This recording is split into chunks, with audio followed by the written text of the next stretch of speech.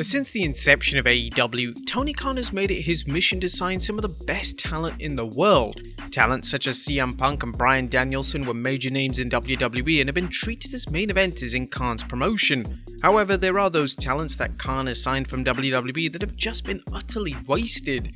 Those talents are barely used, and if they are used on AEW television, they are utilized in nonsensical roles. Some AEW talent are beginning to reach out either directly to AEW or indirectly via social media to generate their grievances, and it looks like a number of notable AEW names are unhappy with their position in the company. Triple H taking over WWE creative has also led to unrest in AEW. The game had a thriving relationship with pretty much all the talent on this list, and it was Vince McMahon's creative and business direction that ultimately led to their WWE departure. And join us now as Wrestlelamia looks at 10 wrestlers who kinda regret going to AEW.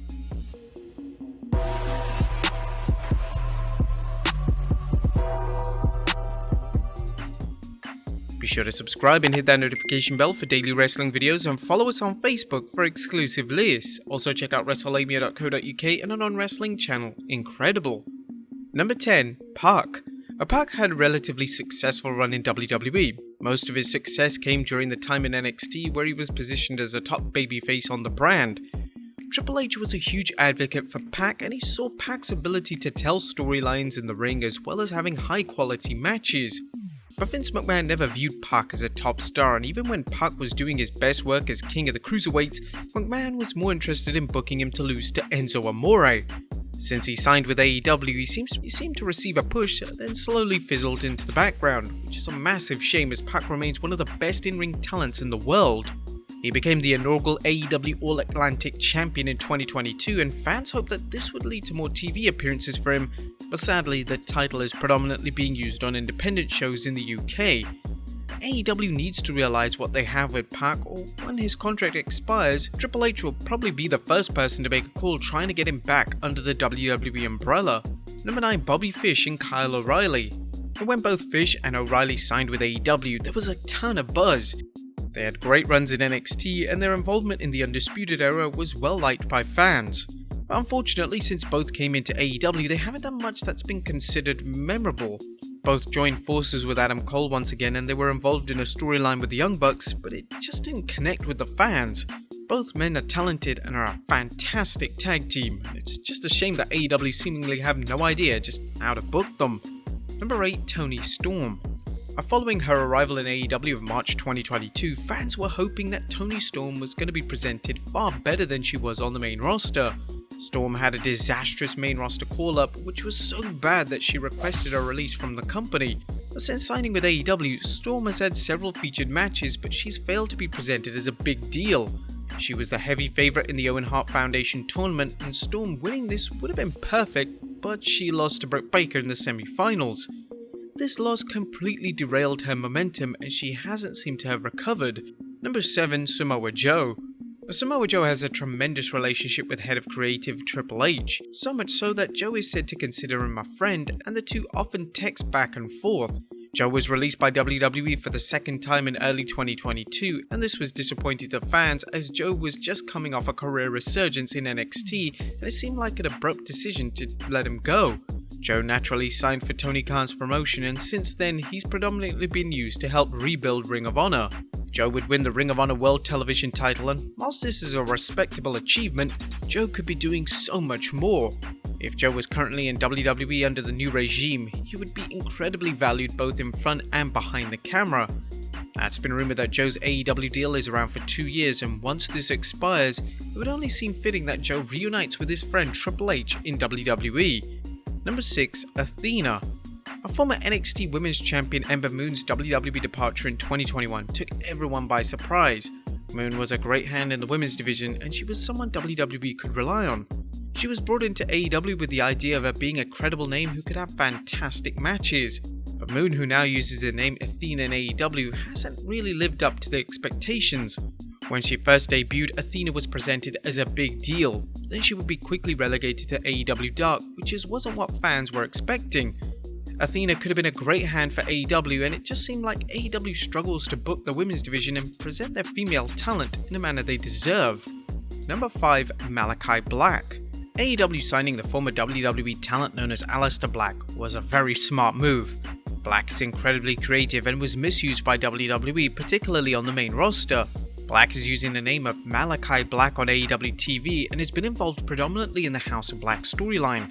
His AEW career got off to a thrilling start as he entered into a feud with Cody Rhodes.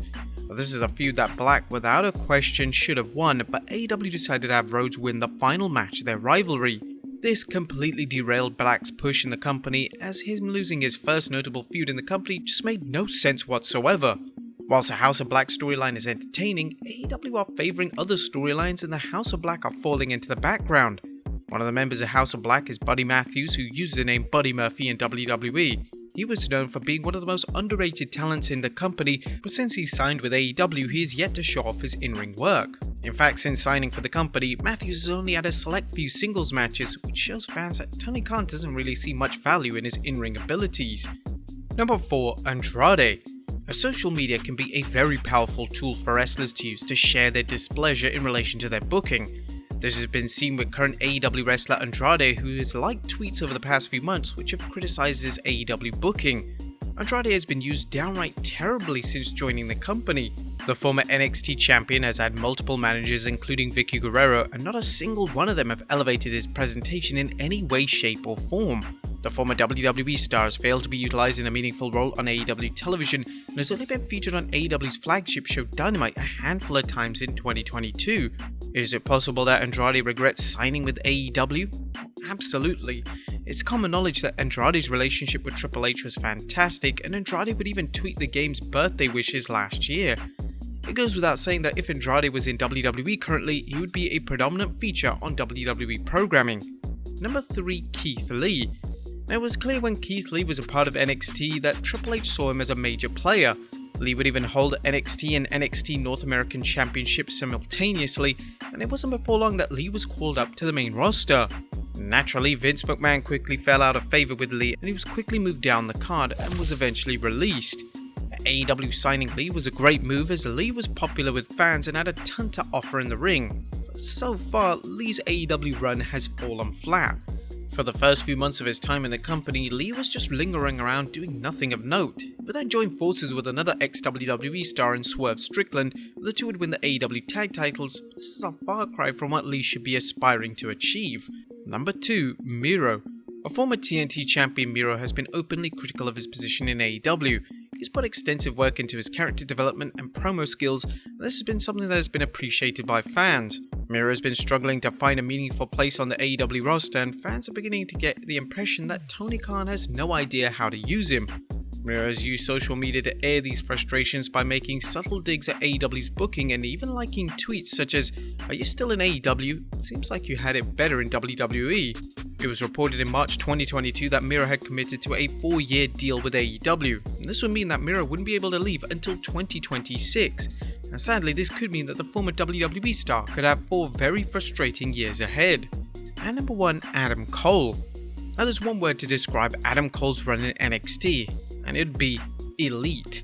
Cole was the longest reigning NXT champion of all time and was the face of the entire brand. Cole was perfect in NXT and was well liked by fans, his peers and WWE management. Cole had a strong relationship with Triple H and Shawn Michaels, and Cole has admitted that he still keeps in touch with both of them even though he's in AEW.